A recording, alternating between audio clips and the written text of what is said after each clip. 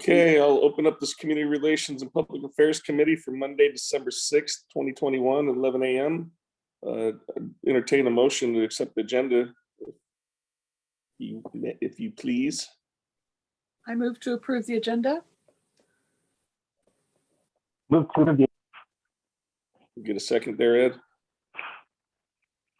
Oh, yeah, I made the motion. You must not have heard me. Second. Oh. Yep, okay. We heard Carolyn, but we didn't hear you. So why don't we go with hers and have you be the second? All right, Yeah, I just second the motion. Awesome. Any further discussion besides that? All right, all in favor, say aye. Aye. Aye. Aye. All right, passes unanimously. And we have a one-item agenda, the Commission on Equity Community Engagement Session Report. Shannon Kelly Fong. Take her away. Well, good morning, council members.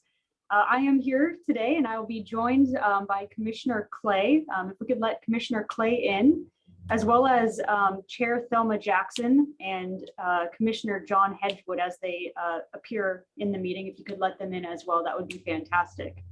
So we have a couple of commissioners. I haven't seen Thelma in forever, it seems, so that's awesome. Yeah, hopefully she will be joining us here shortly. While we wait for the commissioners to join us, I just want to give a brief kind of just general overview on the Commission on Equity's efforts to date. And then I want to turn it over to the commissioners and they'll be able to report out on some of the items that they have been taking on as a commission. So let me share my screen with you all and let me know when you can see my screen. We can see it. Perfect. Great.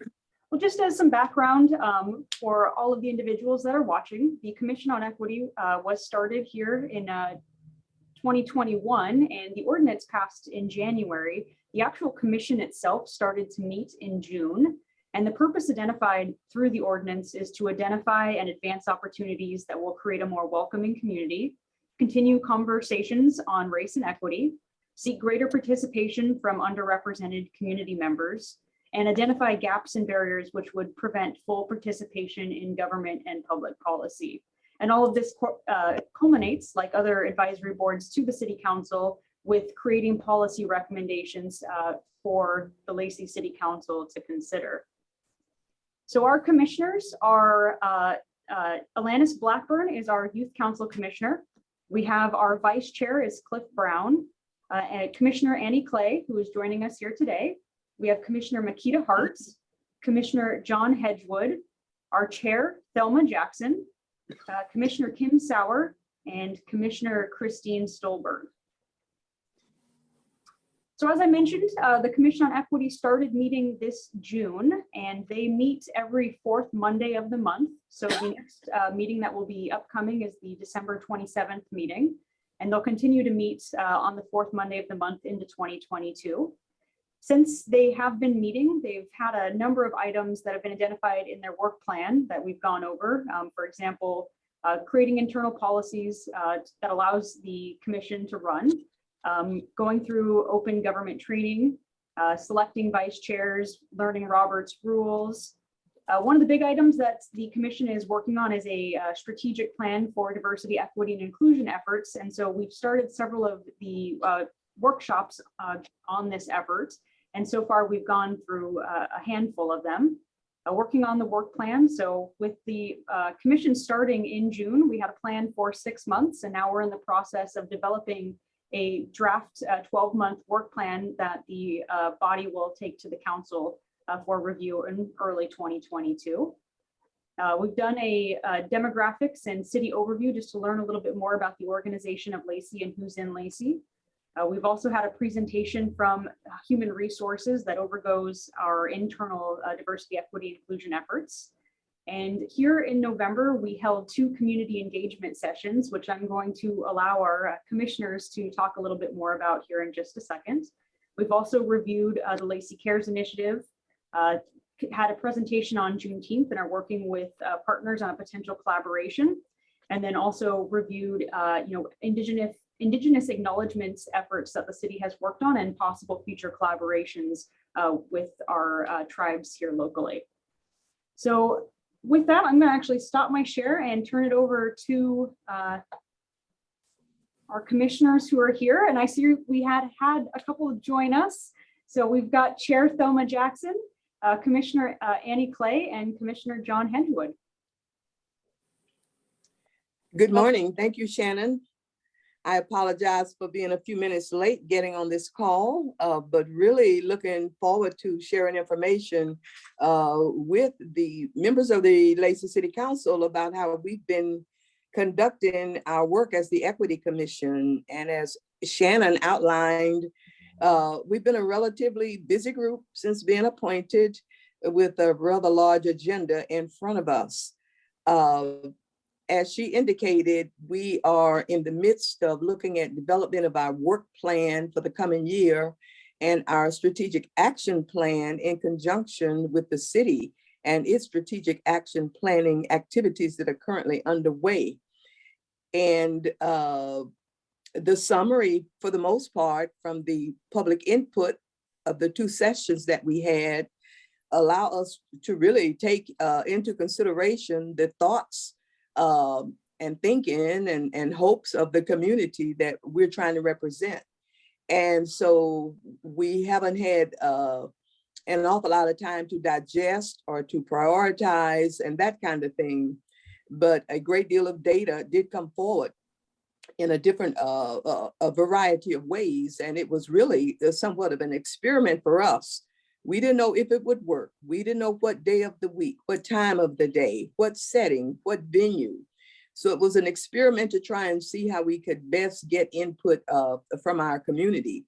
And with the combination of the listening sessions in its hybrid form, with the online survey, with the ability to download the questions and send in responses, a variety of ways that people could provide input. So we're trying to digest all that to see in what direction it's leading us as we continue our monthly sessions with Athena, the consulting group that's been presenting to us for an hour of each of our agendas. So let me pause there and open up for my colleague Annie, and who is our other committee person? Commissioner Hedgewood. There we go. There we go. Commissioner Edgewood, Annie and John. Annie, how are you this morning? Doing good, doing good. We were, like Commissioner Jackson Thelma. said, Thelma, we said Thank you. this was going to be an experiment and we were going to get the word out as far as we could, that we knew how. We had some participation in our down at City Hall. And then recently I have looked at the video on the YouTube channel, which is great. And it has had up to 94 views. So not only have we gotten the input, but we have had a lot of listeners too, so that's good. So we learned a lot. And I think one thing that we know is that we're going to have specific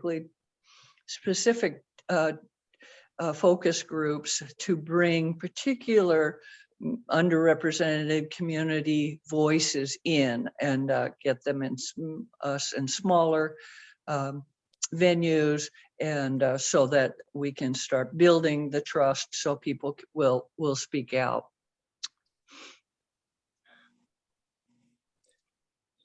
Thank you, Annie. John? Yeah, I guess to add on to what Commissioner Clay was saying, we heard also from our feedback that the venue of City Hall particularly might be imposing for some and or may otherwise be inconvenient for a variety of reasons. So us entertaining venue change is also on our radar. I'd also like to add that we got a lot of great input as well online. And so we actually had a lot more, I guess, detractive feedback, but it's also productive because it gives us an idea of where those that don't see the value in the work that we're trying to do are, and what we can do to try and meet them halfway and to bring them on board and get citizen buy-in, because we're representing them as well. And so we're having discussions around that topic as well. And also focusing, of course, on the core mission of what we're trying to accomplish, which is creating equity in the city. But of course, we need community buy-in to do so. And we started all of our discussions, recognizing the climate in which this Equity Commission came into being from a state and a national perspective. The whole focus on racial inequity, racial inequality, violation of civil rights, undue use of police force happening all over the country. And so Lacey's Equity Commission came into existence about the same time equity commissions were popping up all over the country, in almost every state, every county. And so as we talk about a growing community, a community that continues to diversify, we want to make sure that that diversity is embraced, that all of Lacey's residents and its surrounding growth management area, not just the city of Lacey per se, are we a welcoming environment? Are we inclusive? Do people feel as though they have equal access to opportunity, to education, to jobs, to housing? And there are a lot of issues, and we recognize the fact that maybe because things haven't surfaced to the point of people taking to the streets in protests and marches in Lacey, does not necessarily mean that all is well in Lacey. And so that's kind of the undergirding of the kinds of things we are looking at as we help the community move forward as an inclusive community. And so we'll see what elements of the strategic planning process for the city that we want to and need to make specific inclusion, to make sure that we as an equity commission aren't an aside activity, and that we are a part of the mainstream activity of the city. And so as we move forward in future months, that's one of the things we'll be looking at very carefully, trying to collaborate and coordinate with other commissions and entities and groups that are also engaged in a similar kind of activity for the city. And with it all pouring back into the city of Lacey in its master plan, that inclusivity becomes a vital part of what we're trying to do. So that's somewhat been the focus of our attention, our efforts, our mission, and where we see ourselves fitting in with the other entities within the city. And we're just adjusting as we go along, tweaking the plan as need be, and somewhat reordering the order in which things happen, because originally the public input session wasn't really scheduled until about February or March of 2022. And we realized that we needed that to happen much sooner to inform the work we had before us. So that's somewhat of an overview in a nutshell, and my fellow commissioners did a great job of helping round out where we think we are and where we think our next moves, our next activities need to center on.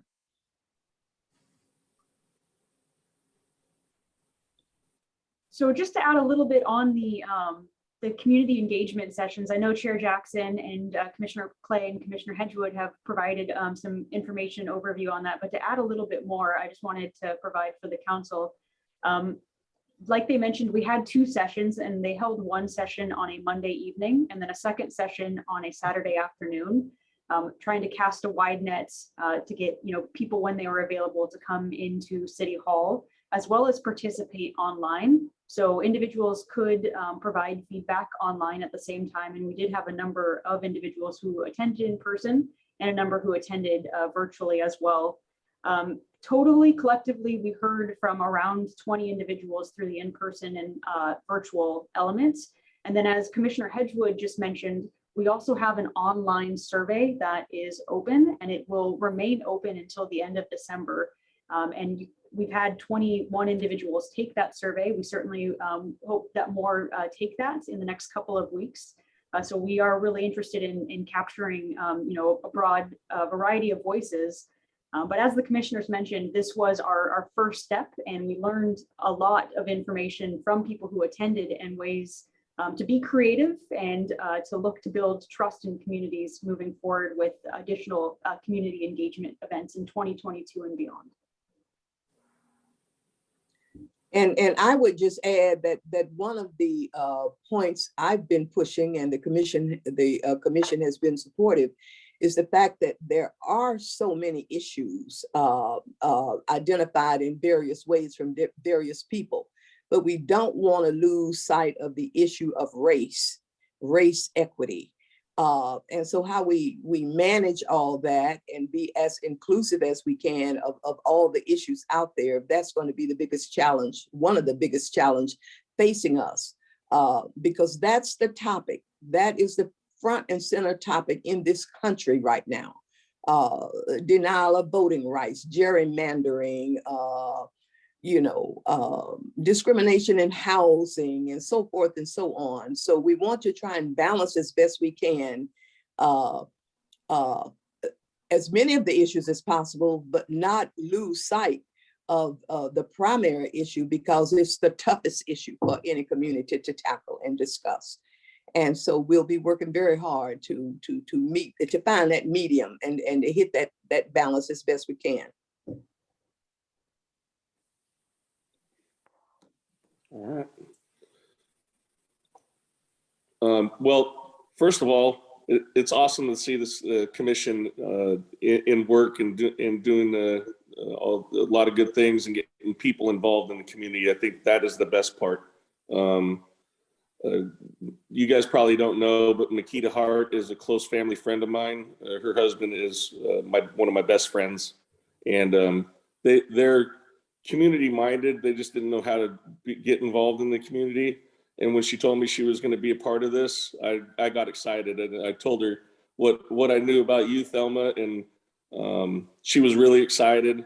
And so she tells me she in knowing what you know about me, Ed. Yeah, I know very little, but what little I did know, I told her, and she was already excited. She's talked to me since and says you're an amazing person, and she really feels that connection with the city again. I think when people get involved in the community and they learn about their neighbors, regardless of their race or cultural set or sex or whatever, that they get vested in it, and it becomes that much more important to them. And then you start celebrating things you wouldn't celebrate normally together. You heal wounds that you don't even know you probably had or whatever, and it brings the community together. And I think it's special. So I'm excited about that, because people, are getting excited about getting involved in their city government and finding out we have more in common than anything else. So I just want to share that with you guys. Great. I apologize. I called you Ed. I know you're Michael. I'm sorry about that. Sorry about that. He's just not We get quite as mixed up good quite a looking. bit. I'm the better looking one of the two. That's what you remember. But this is absolutely worth celebrating. Yeah, absolutely. Go ahead, Annie. I just wondered, Shannon, if the council members on this committee have the engagement session summary that since public relations community community relations, public affairs might be interested in some of the ways that people feel the communication should be strengthened and the ways that they get information, So I wondered if they had this summary. So Commissioner Clay, we certainly can make that material available to the council members. That material will, though, be used for the foundation, for the strategic plan moving forward. So they'll be, getting copies of further iterations of it as we move along in Okay. this process. So they'll certainly have the opportunities to be looking at this information as the Commission on Equity continues its work. Now, one thing I'd be interested in, and for the public's knowledge too, and support of this commission and what we're trying to do, much like this committee, it's a public meeting, it's recorded and stuff, and people can go back in time and view the meetings. And we could push it out and promote it that way too. And so I'm not sure if that's something we're doing, but it might be something to think about. Because what we're really trying to do is engage the community and everybody in the community, just not a few. We want everybody involved because it's just the way it needs to be, and you get all the great ideas from people you wouldn't even know that would be left out otherwise. So something to think about. Two things I wanted to mention in this meeting. So, Well, the does- fact that Annie points out that 94 people have viewed the YouTube video, Okay. in addition to those who actively participated in some way, says that it's working, that people can go back and view that. And the more we advertise and publicize the fact that is an option for people, probably by the time the end of December, whatever comes around, hopefully many, many more will have gone back and looked at the videos of our meetings, as well as those 2 public sessions as well.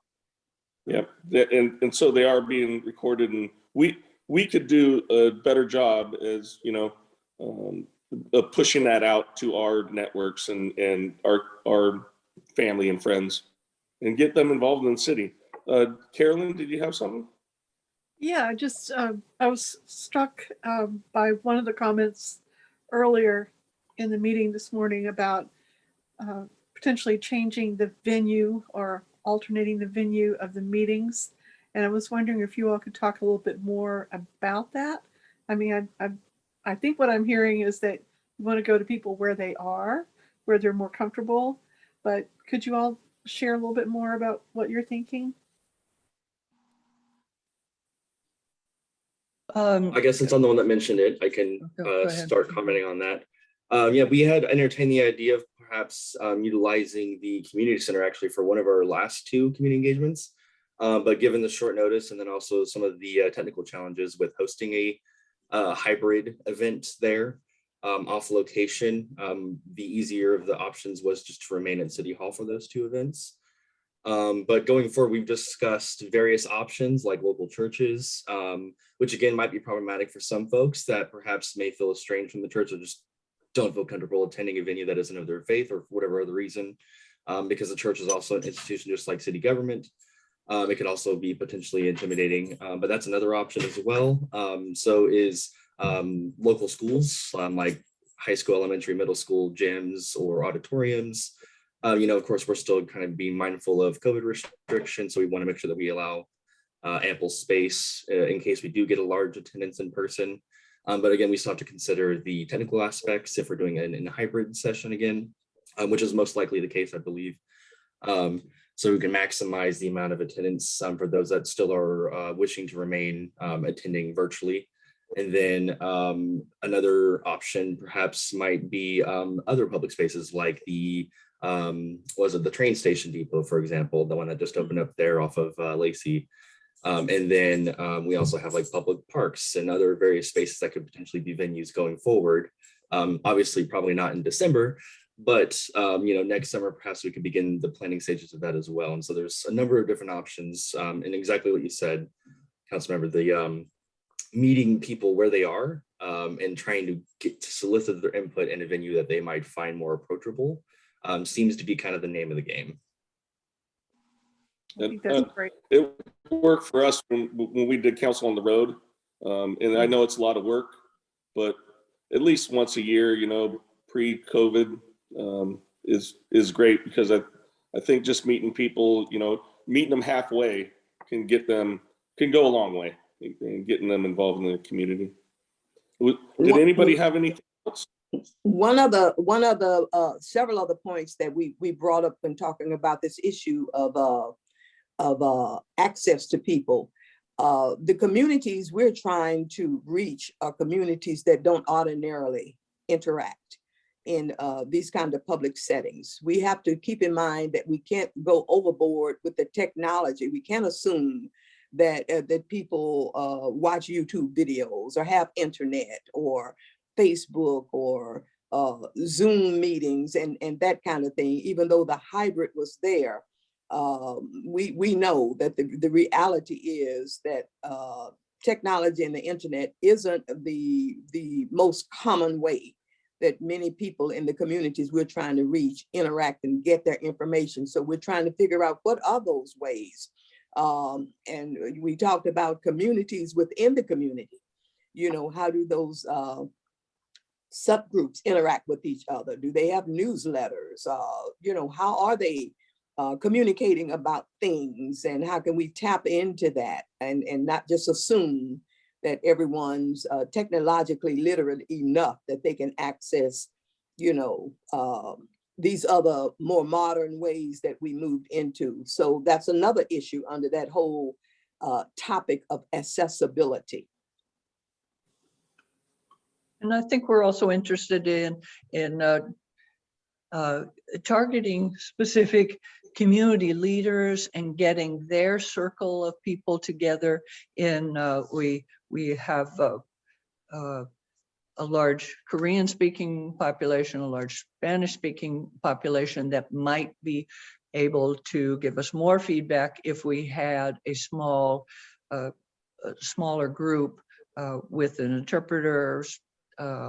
Also the community leaders in the African American community, Latinx community, LGBTQ, so that we can make small safe spaces for people to really give us the feedback and the information that we're desiring. That's great. Carolyn, did you have something? I was just gonna, as a follow-up, ask whether there are some community organizations that you all are working with, such as like Cielo, which serves the Latino community, and others. So We identified the need to try to identify who those organizations are, who those contact people are, so that we can build this kind of communication network that obviously does not exist now. And that's that community within a community kind of concept that we're talking about. We know they're out there. We just don't know where they are, who they are, and who the most appropriate contact person is for those things. And it will serve the purpose not only for this Equity Commission, but for the city of Lacey in general, and other entities around here, always looking for contact people within the diverse communities that's represented. Okay. And Sounds like- Councilmember Cox, that is certainly something that is going to be taken up as part of that strategic plan that Chair Jackson brought up. Just a couple of things I'd like to add to some of the comments that the commissioners brought up is number one, on the venue, they described how some members brought up being intimidated about potentially coming into City Hall, wanting to create focus groups. Another thing that we're going to be interested in looking into in 2022, to your point, Councilmember Cox, is meeting people where they already are at. So not necessarily for something that the Commission on Equity is creating, but how can we partner and collaborate with existing events and experiences to reach out to the community and get more input and feedback and information through that way. In addition to continuing to have dialogues like we had in November, whether at City Hall or another location, as well as of hosting focus groups. I mentioned earlier that we have our public meetings on the fourth Monday of every month, and I just want to make sure that everybody is aware that there is a public comment period available also during those meetings. So if there is something that the community would like to share with the Commission on Equity, there is another opportunity for that during that time as well. There's also an email address that is available to send information to the Commission on Equity, which is COE@CI.Lacey.wa.us. And all of the emails, similar to emails that come into the council, go to all of the commissions, so they're all aware of what's coming in to the Commission on Equity. And his last comment just on partnerships. I mentioned the Juneteenth celebration and collaboration. So we are currently working with the Fred U. Harris Lodge to see what ways we might be able to collaborate with them, looking at a Juneteenth event. They've been holding a Juneteenth event here in the city of Lacey for, I think they said 41 years. Is that correct, Chair Jackson? Correct. So for a very long time. So we are starting the process of meeting with them to see what ways we might be able to collaborate or partner with them moving forward.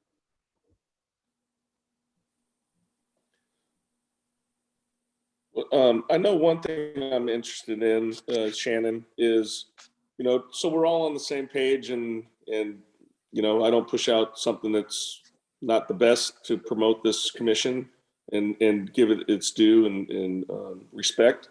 Can we get a one pager that we can promote on our own, through our city devices, but individually, and try to get more people, aware of the work they're doing and possibly get them more involved in the community?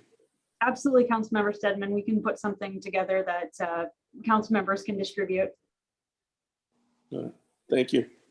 And as I mentioned, Did the Commission on Equity is working on its 2022 work plan. So it will be taking that to the full council for review and conversation about, what activities it's taking up in 2022. So that'll be coming in early 2022. Okay, awesome. And we can all push that out individually too as well. So awesome. Well, I want to take a point of personal privilege and give you, each one of you commissioners, Commissioner Clay, Commissioner Hedgewood, Commissioner Jackson, a heartfelt thank you for doing what you do and making our community more of a home and not just a place to live. You guys are wonderful. I know you're going to do great work and bring people together as compared to, or bridging the gaps as compared to separating and dividing and all the bad stuff that goes with that. I just can't thank you guys enough for being a part of this, and it's awesome. So thank you. Here. You're welcome.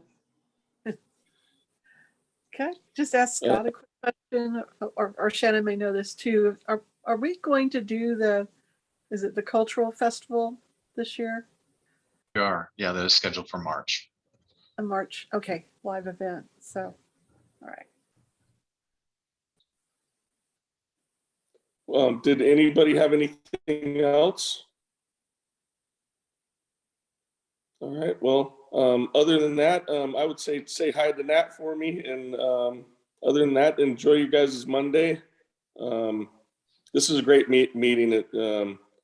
It's sky's the limit on this one. We just need to get people aware and involved, and it'll organically take off and do wonderful things. So I really believe in this. So other than that, And there's not any, go ahead. we Commissioner thank the Clay. council for their support and bringing this to be. Thank you. Yes. I know it's Thank for you. each and every one of us. If I take the freedom of speaking on behalf of the council, we all value this very much. It's, we all love Lacey. We want Lacey to be its best, and it's only its best when everybody's involved in the community. So it's their government, it's their city. So Thank you. yeah. Other than that, if nobody has anything else, I'll close the meeting at 11:34. Oh, go ahead, Commissioner Hedgewood. Sure. I was just going to state that we're very grateful for the institutional endorsement. I was wondering if perhaps we might consider making this a more regular occurrence rather than just kind of this, I guess, one-off is what it is now while everybody's here. Yeah, I know me personally, like I said, sky's the limit, and on the surface of it, just learning it right now, I'm like all for it. So there are 7 council members and staff, but I can't see anyone not supporting that. So, Food for thought, I suppose. yeah. Thank you. I think All it'd right. make a Well, topic for a work session. yeah, that'd be, yeah. Yeah. All right. But thanks to Shannon for all of her terrific staff support to this Yes. commission. Totally. It's been great. Mhm. Yes. Yeah. She's the best. Shannon Wonderful. and Kelly, yeah. All right. Well, I'll close the meeting at 11:35. Thank you for attending, and again, very much appreciate you guys. Can't tell you how awesome it is. Thank you. Thanks. Bye-bye. Thank you, Bye-bye. Commissioners. Thank you, Council. Hey, Scott. Scott left already.